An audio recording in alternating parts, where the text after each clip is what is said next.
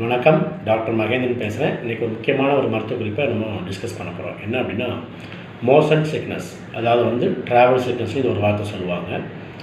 இந்த motion sickness நிறையா பேர் முக்கியமாக அந்த குழந்தைகள், அதாவது பார்த்தோம்னா என் குழந்தை பஸ்ஸில் போனால் வாந்தி எடுத்துடுறான், ட்ரெயினில் போனால் வாந்தி எடுத்துடுறான், ஃப்ளைட்டில் இறங்கும்போது தலசத்தில் வந்துடுவாங்க, ஆட்டோவில் போகும்போது தலசத்தில் வருவாங்க.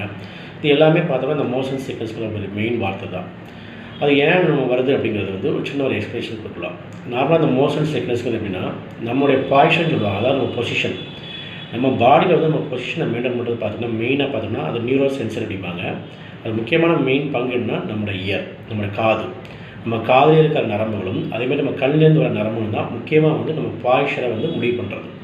அது எப்படின்னா, இப்போ கண்ணை மூடிட்டே நடந்தோம்னா எப்படி ஒரு ஆளை எப்படி தள்ளும், லெஃப்ட்லேயோ ரைட்லேயோ தள்ளும். அதே மாதிரி தான் அந்த பாய்ச்சலை முடிவு பண்ணுறது நியூரோ சென்சருக்கு முக்கியமான பங்கு பார்த்தோம்னா நம்ம இயர் அண்டு நம்முடைய ஐ. ஓகேங்களா?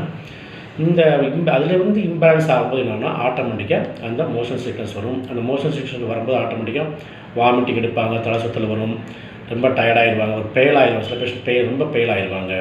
ஸோ இதை எப்படி அவாய்ட் பண்ண அப்படின்னா, முடிஞ்சளவு இந்த மாதிரி ட்ராவல் பண்ணும்போது என்னென்னா முடிஞ்சளவு லாங் பாய்ச்சல், அதாவது என்னென்னா இப்போ உட்காந்துருக்கோம் அப்படின்னா அவங்க பார்க்குற விஷன் பார்த்தோம்னா ரொம்ப லாங்கில் இருக்கிற மாதிரி பார்க்கணும். ஒன்று. ரெண்டாவது, முடிஞ்சளவு ஜன்னல் வர மாதிரி ஃப்ரெஷ் ஏர் வர மாதிரி இருந்தாலும் இதை கொஞ்சம் அவாய்ட் பண்ணலாம்.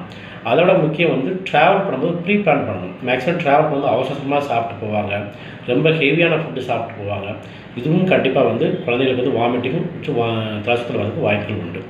நாட் ஒன்லி சில்ட்ரன்ஸ் இல்லை, பெரியவங்களுக்கு நிறைய பேருக்கு இந்த மாதிரி ப்ராப்ளம் உண்டு. இதுக்கு என்ன பண்ணணும்னா, முடிஞ்சளவு ட்ராவல் பண்ணும்போது அந்த வாமிட்டிங்கை ஸ்டாப் பண்ணுறதுக்கு, தலசுத்தலுக்கு ஸ்டாப் பண்ணுறதுக்கு மருந்துகள் எடுப்பாங்க. அப்படி எடுக்கிறத முடிஞ்சளவு இந்த மாதிரி பொசிஷன் ப்ரீ பிளானாக பண்ணோம்னா ஆட்டோமேட்டிக்காக இந்த மோஷன் சிக்னஸை குறைக்கலாம். ரெண்டாவது, மோஷன் சிக்னஸை பார்த்தோம்னா ஹோமியோபதி மெடிசனில் நிரந்தர தீர்வு நிறையா இருக்குது.